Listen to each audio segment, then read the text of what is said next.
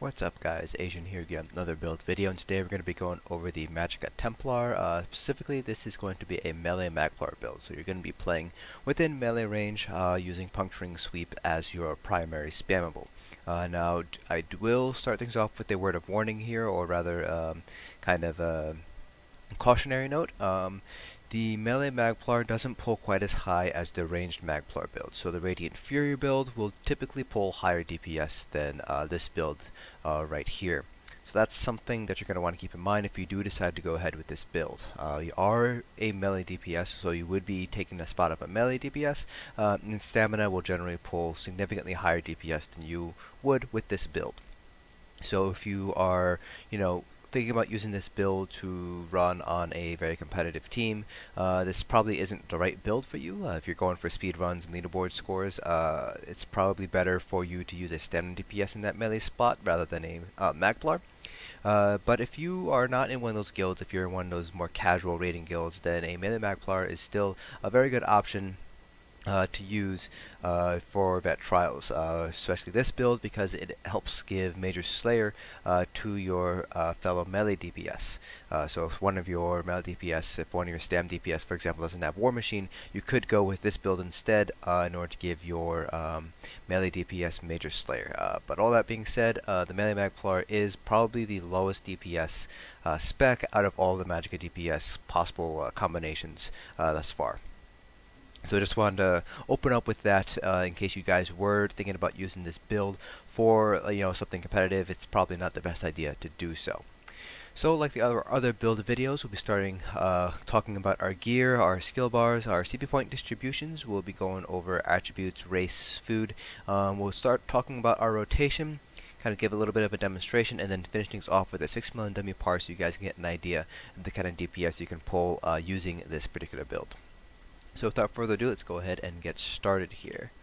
First thing, with our gear, we are using two-piece Zaans here. Zaans is the strongest Magicka monster helm set right now, outparsing Lambris, Grothdarr, Scoria, all the old monster helms.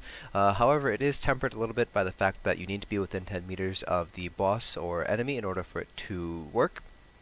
And it's only single target, so it'll only affect one enemy at a time, so it does lose out a little bit when you compare it to cleave damage, for example with Grothdarr.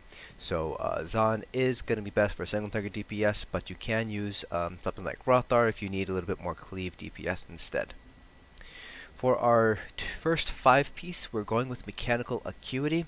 I have 3 armor pieces here, and then we're going with 2 swords. Mechanical Acuity is a crafted set. It requires 6 traits in order to craft it, and the station can be found in Clockwork City, so you will need to have access to the Clockwork City DLC or know somebody who has an attunable crafting station or can access the Clockwork DLC for you. So that's how you can get Mechanical Acuity. Now, because it is a crafted set, we can go with the heavy chest like I have here. You'll also notice that I have a health enchant here, and that's because I am running Witchmother's Potent Brew in order to get some additional Magicka regen, just to help out our sustain. Our second 5-piece is going to be Master Architect. I have 2 armor pieces and 3 jewelry pieces here, and so the reason why we're having all of our Master Architect be active at all times, basically with jewelry and armor, is because there will be situations where we're going to be using our backbar ultimate, and so we kind of still want to get Major Slayer when we use that ultimate instead. Plus, with Mechanical Acuity Swords, we have a little bit more control over when our proc is going to happen. So, for example, we know that our proc will only ever happen when we're on our front bar, so that kind of helps control when we want that proc to occur. So we have all the vines, all Magicka enchant except for that health enchant on one of our large pieces. And if you are going with a heavy chest, you can go with light and medium combination for monster helm, but it's kind of up to RNG. If you happen to get a heavy monster helm set piece, then by all means you can go with a light or medium chest. It all depends on how RNG decides to play around with the drops it gives you. Now for our jewelry, like I mentioned earlier, we are going with Master Architect. I have 2 spell damage glyphs and a Magicka regen glyph just to help out with sustain a little bit more. You can swap out this glyph with a spell damage glyph if you'd like. Melee Magplars have a better sustain compared to ranged Magplars, just because Puncturing Sweeps is a more Magicka efficient in terms of damage versus Magicka spent than Force Pulse. So you could feasibly go with 3 spell damage enchants if you'd like. I personally prefer the added sustain over the spell damage enchant. It's kind of up to you though how you feel with your own sustain with this build. Now for our swords, we are going with dual wield swords, so you will need to have dual wield 50 in order to get the full benefit of the twin blade and blunt passive. So that's something to keep in mind too here. You will need to put in the effort to level dual wield all the way up to 50 if you decide to use this build.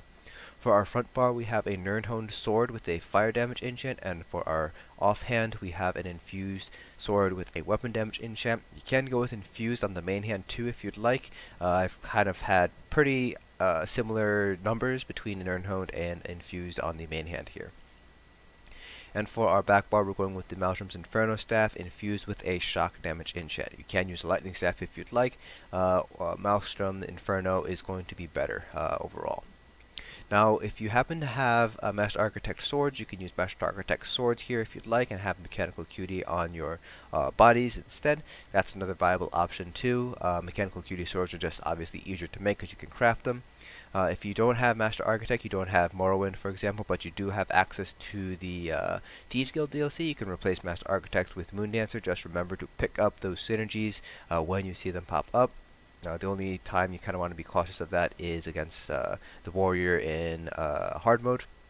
But that's only that one fight where you're not going to want to mash the synergy button whenever you see a synergy pop up. Now, if you don't have access to either of those sets, then what I would recommend you do is you put 5-piece Acuity on your body, or you can go 3 and 2 here, and then use something like Burnign Spellweave instead.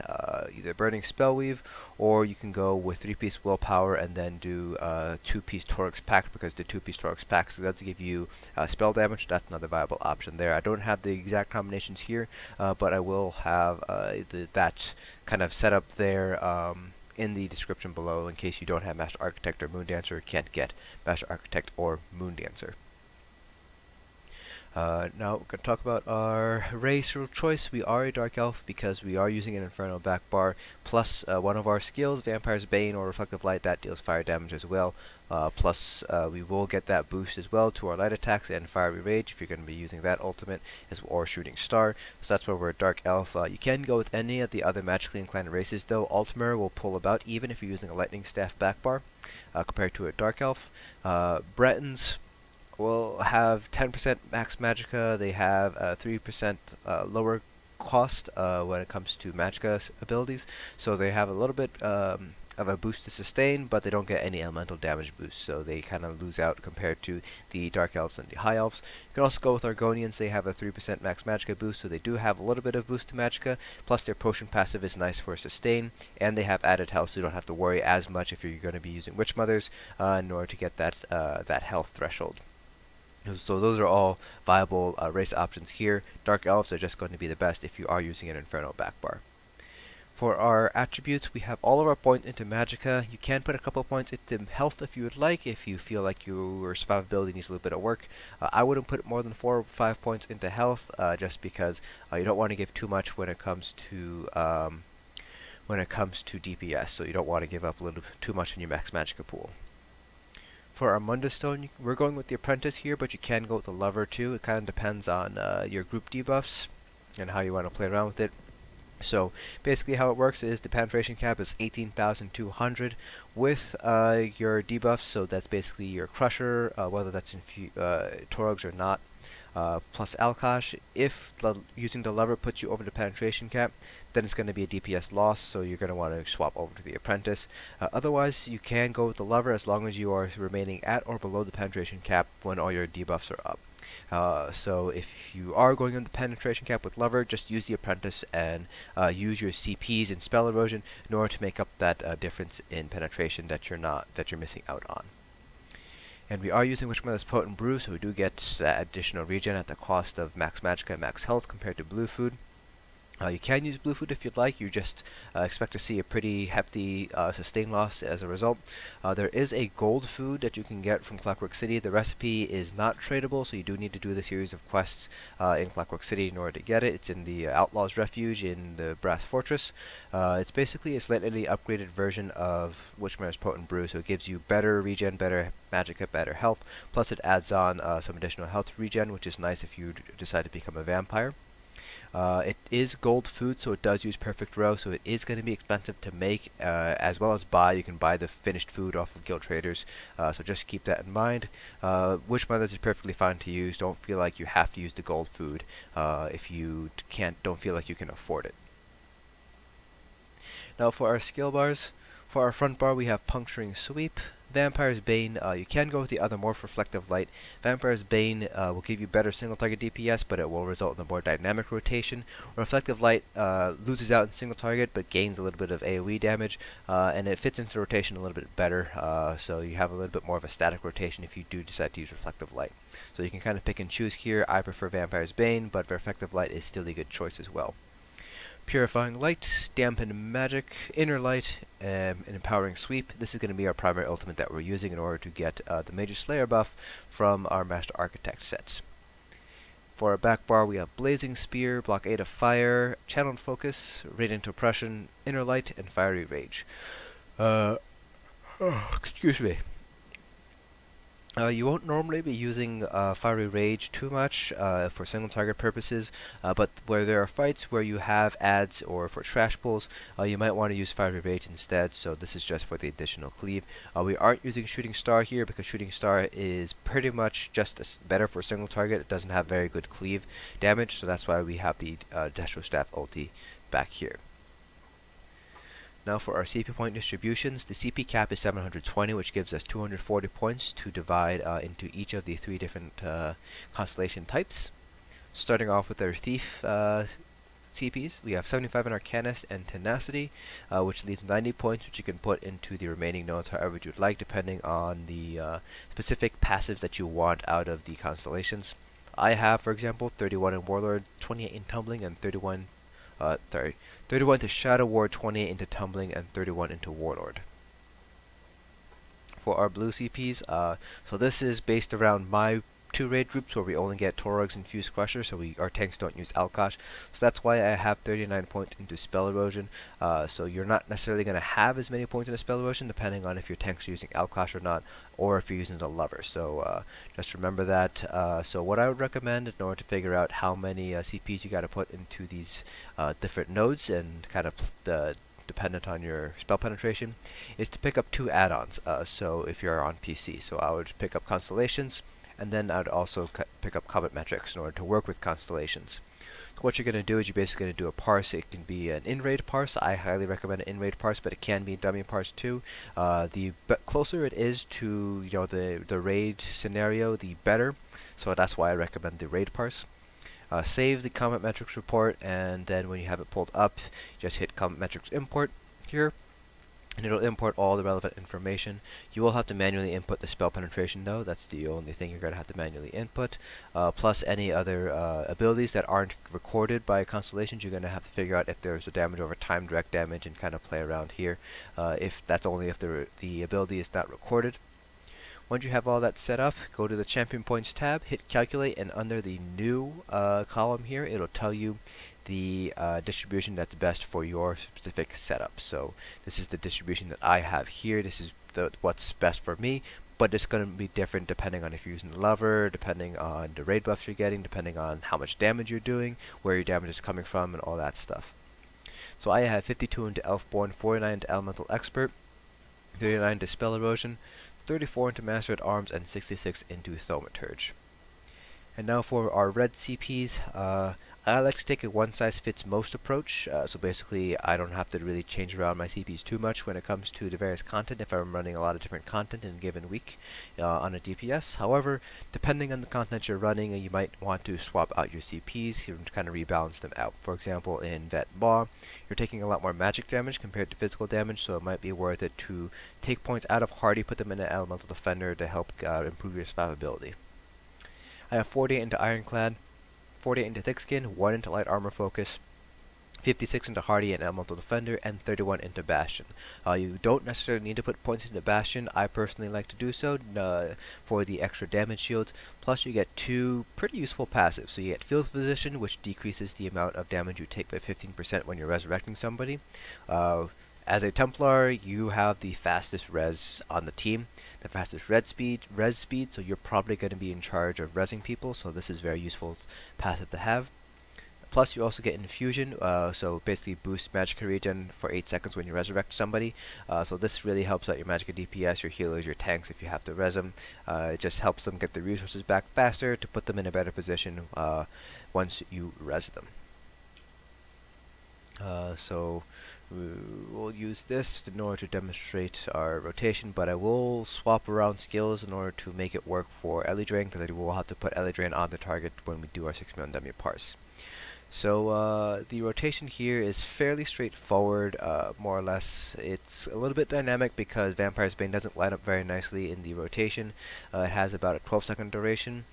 Blazing Spear has 8, Blockade has 8, and Purifying Light has 6, so it doesn't quite fall in very well. Here's what you're going to do. So when you start off with your parse, you're obviously going to want to buff up with a potion, open up with an ultimate. Make sure you have your channel focus down. That gives you your major resistance buffs as well as that Magicka regen, so it's important to have that down. Go Blockade, Spear.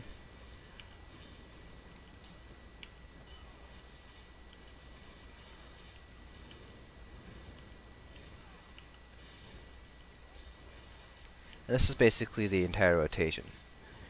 So like I said, Vampire's Bane doesn't line up very nicely with the rotation, so you basically just want to use a tracker to keep track of when you have to reapply Vampire's Bane. Now you can use your Empowering Sweep basically as soon as it comes up. If you do need to heavy attack to sustain, I like to do it every other Blockade. But that's kind of up to you. If you must heavy attack on your back bar, because you can see here heavy attacking on my front bar doesn't restore Magicka because we're using swords here. So now when we enter Execute, most people will drop Vampire's Bane or Reflective Light and maintain Blockade, Blazing Spear, and some people like to maintain Purifying Light as well. It's kind of up to you if you want to do that. Basically what you're going to do is you're just going to do Blockade, Spear, and then you're going to do 2 Radiant Depressions. That's basically all time you have. And then reapply your dots and then go back into Radiant Depression, 2 of them.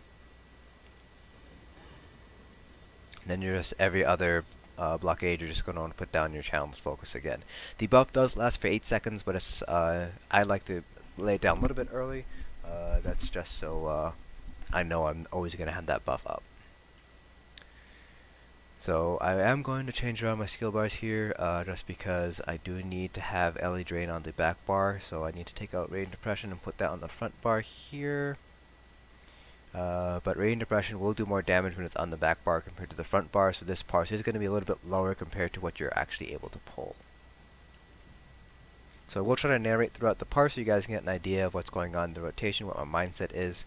And so do keep in mind this is a dummy parse, so you can only really compare this to other similar builds with Magplar and other Magicka melee DPS, so do keep that in mind. So without further ado, let's go ahead and get started.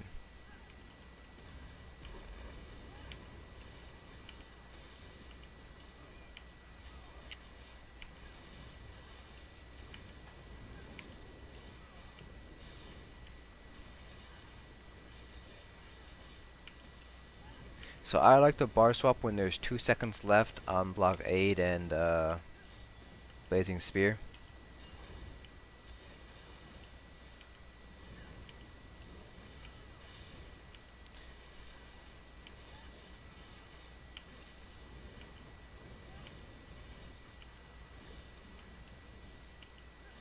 Generally speaking, you'll have enough time for 2 sweeps if you don't need to use your ultimate if your ultimate's not up. If you do have to use your ultimate, you normally only will be able to get 1 sweeps out.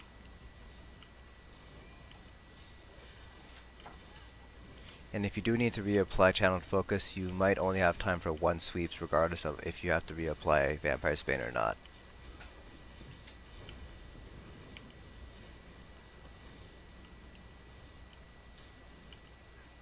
So I like to have all my dots up before I use empowering sweeps for that major slayer boost, but you don't have to. You can use it right when you swap to your front bar if you'd like. It's kind of personal preference.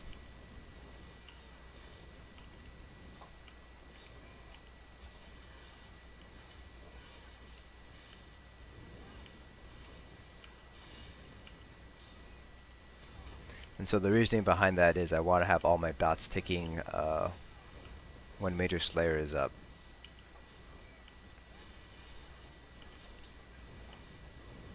Just gives us a little bit more damage out of that Major Slayer proc time, because you only get it for 10 seconds.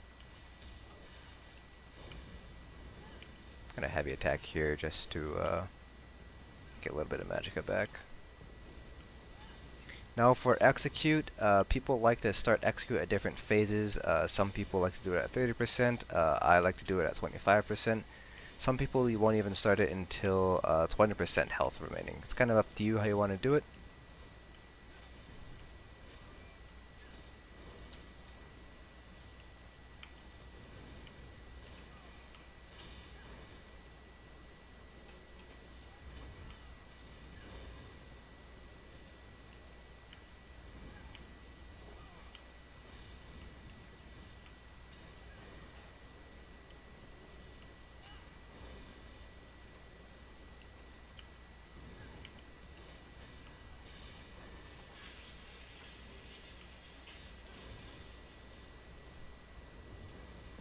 So there we go, that is the melee Magplar build. It's a pretty good parse here. Take a look at our combat metrics report. We pulled 34k here.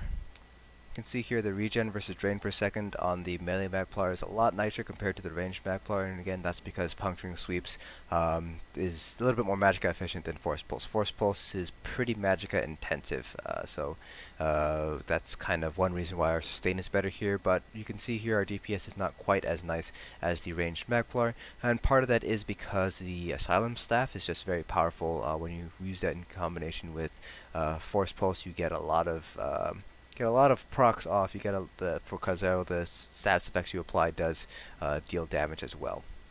So you can see here that our execute is pretty strong here. It's not completely fixed when it comes to the execute damage. You can see here it hits 36k.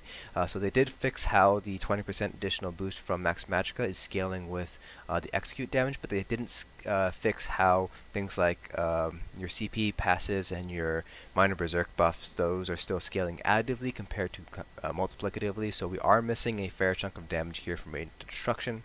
So hopefully Zaan will fix that at some point. So you know, the Magplar will be competitive again with Sorks and Nightblades right now. And you can see here that Zaan is really strong. It almost beat out our lead attacks in terms of DPS contribution. It's almost 2.5k. So you can see here Zaan is fantastic for single target DPS. Now Burning Light, this is not the Purifying Light proc, so Burning Light comes from a passive under the Adric Spear line. Basically every time you deal damage with an Adric Spear ability, you have a chance to proc some additional damage, and it has a cooldown of half a second. So you can see here that's why we try to maintain Blazing Spear even though it's not the highest in our DPS list during execute. That's so we can continue to get those Burning Light procs. So that's it for this build video. I hope you guys found it informative, and I will see you guys in the next dungeon.